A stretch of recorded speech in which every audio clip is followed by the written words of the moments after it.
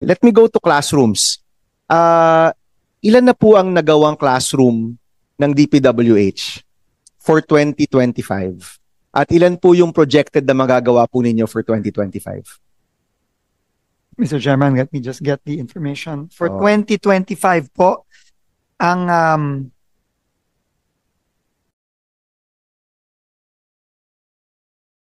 ito ba no? Baba nito. So, for 2025 po, out of 1,700 na dapat gawin, 22 pa lang po ang completed at 882 po ang ongoing. Okay, October na. Seka, At meron pong 882 na not yet even started. So, it's a very deplorable rate of only 15.43%. exactly. So, ito po kasi yung ito yung resulta ng mga issues ho natin with the agency, our issues with flood control. Isipin nyo po, Sec, naging priority ang flood control for the past year, no? As a national infrastructure.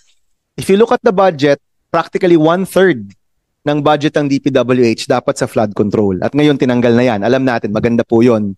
But when you look at our classrooms, 22 completed for 2025 is not even, you can't even explain that, di ba?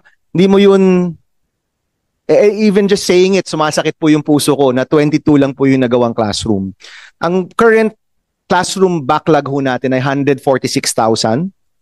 By 2028, if we continue at this rate, aabot ho tayo ng 200,000. No?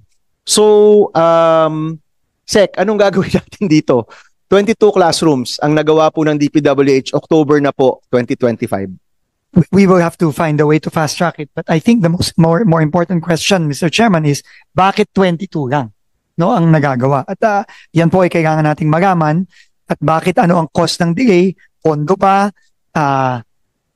o proseso ba, kailangan po nating malaman yan. And I will, makikipagtulungan po ako kay Secretary Angara para mapabilis natin at maghanap tayo ng catch-up plan.